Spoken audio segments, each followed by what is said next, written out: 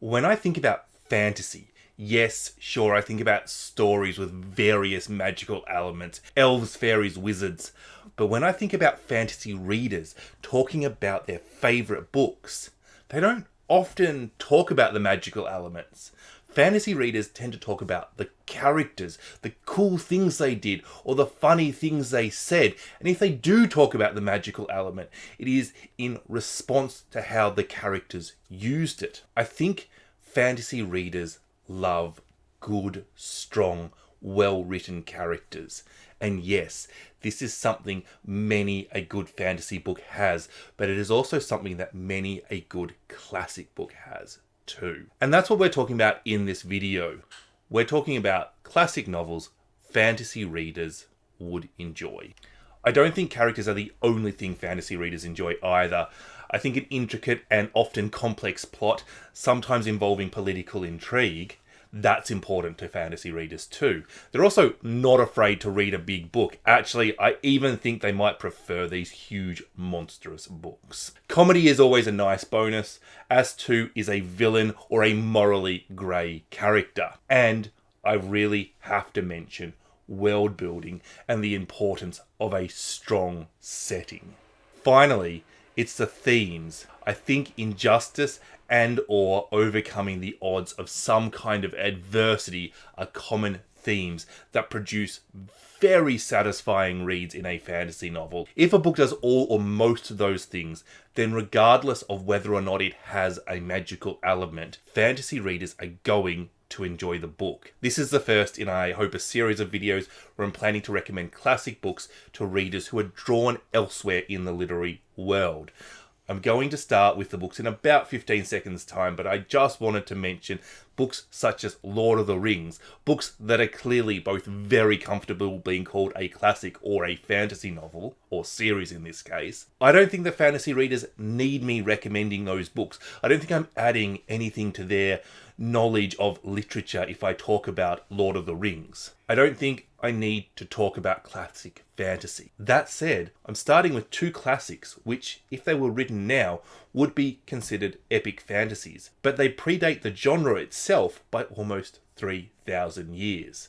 I'm talking about Homer's The Iliad and the Odyssey. We don't even know if Homer was a real person, but these two epic poems are the oldest literary series we know of, predating things like the Bible. Book 1, the Iliad, deals with the Battle of Troy, and many great Greek heroes are represented in this tale. Agamemnon, Achilles, Hector, Helen, Paris, Nestor, Ajax. Actually, there's two Ajaxes in this book. And there's also the hero of our second book, Odysseus, who in his story refuses to look at a map and takes 20 years to get home after the Battle of Troy. We have gods with their own agendas who are battling both mortals and other gods. Well, most of them are just battling Zeus, but he's battling all the other gods.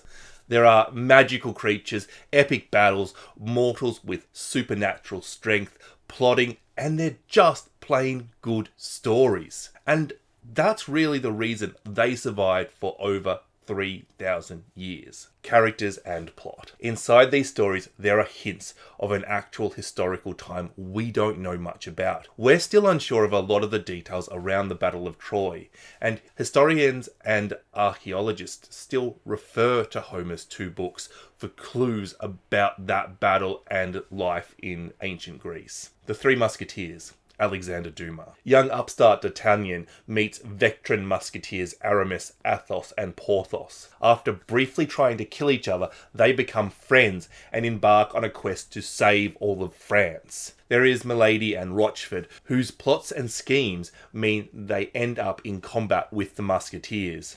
Well, actually, they try to avoid combat while the musketeers try to kill him, and Milady and Rochford leave all sorts of traps and schemes. There are also historical figures such as Anne, Queen of Austria, Cardinal Richelieu, and Monsieur de Travilliers, captain of the musketeers, who all had their own motives inside the court of Louis XIII, who is also a character in this novel. Now, I'm going to tell you something about this book. Everyone I just named, starting with D'Artagnan, they're the bad guys. All of them. Even when they're acting against one another, they're all bad. This is a super political novel, making commentary about how those in power treat commoners. But Dumas has also written this very fun, swashbuckling adventure novel, which is just moorishly enjoyable. There are a number of scenes which are just basically slapstick. At one point, Porthos, having run out of money and been unable to pay for the hotel he is staying in, seizes the cellar by force, barricading himself inside with all the wine, and proceeds to get incredibly drunk, making his servant sneak out at night and steal food for the next day.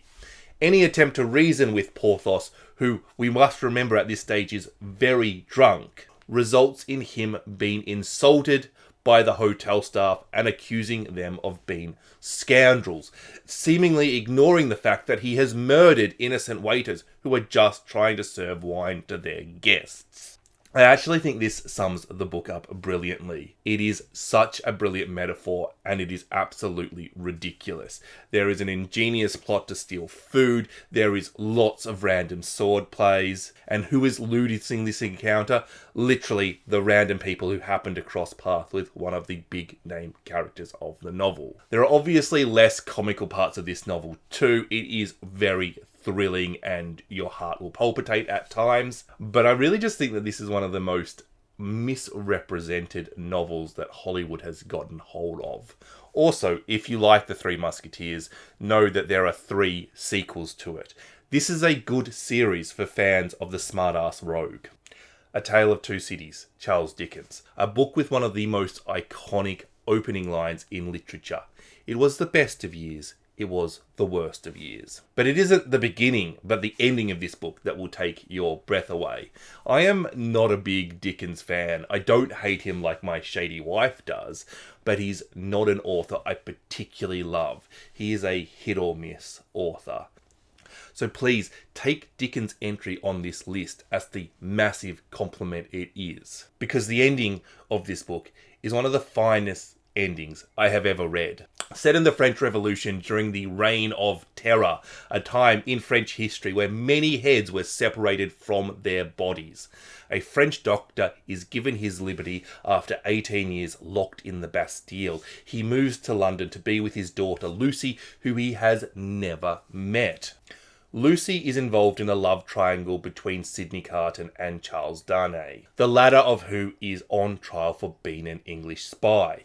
But Sidney Carton is probably Dickens' finest creation. Such a good character. Dickens takes some time to get everything into place, and you have to be patient. You have to wait, because he's setting up a real thrilling chain reaction of events, and the result is one of literature's best climaxes. Staying with the French Revolution for a bit, The Scarlet Pimpernel by Baroness Orczy. This is a simple, fun novel with a real superhero feel to it. Also, it is the first in a long series. The Scarlet Pimpernel is some super mysterious force that breaks into French prisons to free English aristocrats who happen to be in the wrong place at the wrong time, and who are about to find their heads in a completely different place to the rest of them. While this is happening, we are following Marguerite St. Just, a beautiful French actress, and her new English husband, Sir Percy Blakeney. But it's not a happy marriage. They both quickly become disillusioned to the other. However, Margaret needs to confess something, that her brother is in grave danger, and when she tells Sir Percy of her brother's predicament, Percy swears to save his brother from the guillotine. We have always lived in the castle. Shirley Jackson. So Jackson is the queen of the horror novel. She basically popularized the haunted house trope.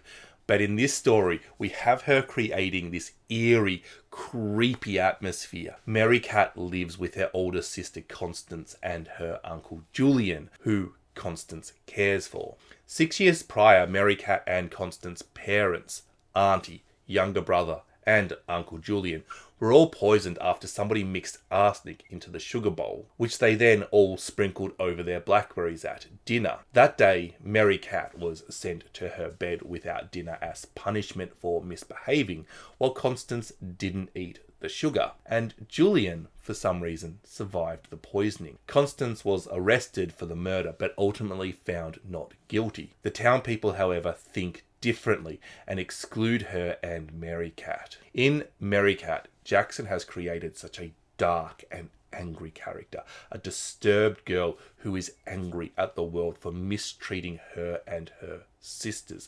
Jackson is really playing with this idea of who is the monster, the town or the family. And what do you think is going to be this sort of typical story of, well, who did kill the parents? Let's solve this mystery. It's turned on its head by a real tragic event. And I know this book is a real left field suggestion, but I think fantasy readers will really appreciate Jackson's ability to create such a wonderful character in Mary Cat and to build a sense of place and atmosphere, the struggle against adversity and the creepy supernatural feel that Mary Cat's dark and twisted thoughts add to the novel. East of Eden, John Steinbeck. If you want a good villain, this book has the best evil character I have ever come across. We're leaving the spirit of adventure behind and we're going for a family saga. This is easily John Steinbeck's finest work. Set in the Salinas Valley, California, like every other Steinbeck book ever, one day brother Adam and Charles find a young woman beaten up and left on their doorstep. Close to death, they take her in and save her. And this massively changes their lives. But I don't actually want to tell you anything more about the plot because it is quite a journey and there are many twists. There's shootings, attempted murders, actual murders, prostitution, fighting, theft, betrayal. There's always something going on. It's quite an intricate story. Several of the characters in this book very closely resemble characters from the Bible, and this includes a very clear retelling of the Cain and Abel story. But what I think is genius is that one of the characters in this book is Lee, who is a Cantonese gardener, and he maintains that the translation in the English Bible of the Cain and Abel story is wrong and provides you with an alternative story. And so you're always wondering, which retelling are you going to get? Are you going to get a retelling of the biblical story that you're familiar with, or are you going to get Lee's retelling? And that helps to build tension. But this book is a masterclass in two things: characters and world building. The plot takes a while to get going, but when it gets going, it's thrilling and really enjoyable. And I will say it again, the best villain I have ever read. Their eyes were watching God, Zora Neale Hurston. A real battle against adversity and circumstances. Janie Crawford is a 40-something African-American woman who is telling you the story of her life. Hurston writes a voiceless teenage girl and throws everything she can think of in her way, trying to squash her and break her. And we get the backstory of her grandmother, Nanny, who was a slave and subsequently raped, which is how Jamie's mother, Leafy, came into the world. And Leafy leaves Janie at a young age in the care of Nanny. I really like how we go from seeing Janie as a victim of her circumstances to still very much a victim of her circumstances, but somebody who is capable of fighting back and standing up for herself. Someone who is not letting the world roll over her without a fight. Janie really does have a fantastic character arc. A quick, short and punchy novel with a fantastic climax. Now we're going French again. I know there's a lot of French novels in this list for some reason. Les Miserables, Victor Hugo. I haven't shied away from big books so far, but Les Miserables is not one of the biggest books you will ever read. It flat out is the biggest. If you've ever watched the movie or seen the musical, don't think you know the story. I'm not bad-mouthing those productions, but you can't turn 1,462 pages into a 3-hour performance, regardless of how much Hugo likes to describe things. And he likes to describe things. Hugo will think nothing of dropping 100 pages on a character's past, or 40 pages on an in-depth description of the Paris sewer system. It is an immersive world-building style, and you can clearly see his influence on fantasy authors such as J.R.R. Tolkien or Robert Jordan. When I think back on my reading experience with this book, it feels like there are only a few characters: Jean, Cosette, Javier, Marius, Fontaine, Monsieur and Madame Thénardier. But there's actually over 50 characters, all with their own motivation. Victor Hugo is very talented at building these star characters that the plot seems to pivot around. making the important characters stand out in the details. Now, to completely oversimplify this book into a one-paragraph description of the plot, Jean Valjean is a convict come good. He is our hero. He's strong, athletic, resourceful, and intelligent.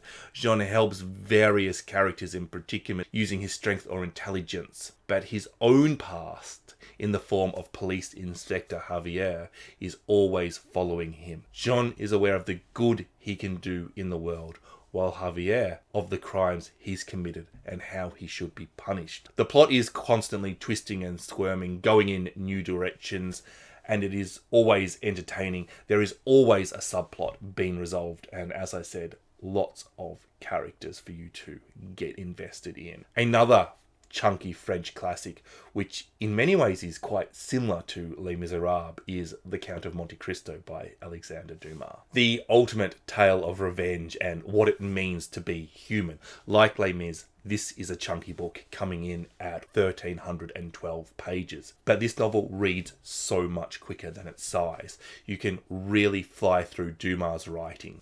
Like Les Mis, it takes place over a long period of time, and how prison changes a man is pivotal to the plot of both books. Edmond Dante is thrown in jail for something he doesn't understand. It is there that he discovers the location of the secret treasure of Cesare Borgia. Rich, strong, intelligent, and a capable sailor, Edmund returns to society as the Count of Monte Cristo, only to find the people who sent him to jail have prospered, and he sets out to take his revenge. There are so many characters in this novel. They are all so well built, and you get the backstory of all of them. Then Dumas will leave them alone for like 500 pages, only to bring them back when they're required, because all the characters in this book are essential to the plot. They are all linked in this really intricate web, a web being weaved by our puppet master, the Count himself. This is personally my favourite book of all time. This is a book that can be enjoyed on so many different levels. It is such a satisfying romp, exciting, thrilling, but there is also something much deeper going on here as Dante sort of grapples with the question of, will revenge even make him happy? What will he do once he achieves his life goals? While I absolutely love this novel, I feel like I need to say that it says a couple of very dated things about slaves. Dumas' characters tend to get read incorrectly, in my opinion, as good and evil, when they're little more than protagonists and antagonists. I think one of the more interesting things you can discuss after reading this book actually is the idea of, is Dante a good character or not? Now, as I said, this video is the first in a series. So if you enjoyed this video and want more book recommendations, make sure you hit that subscribe button so you don't miss out on future videos. And if you're coming here late and want to watch a playlist of this video that I'm definitely going to make it, and I'm certainly not going to forget about, make sure you click here. Bye bye.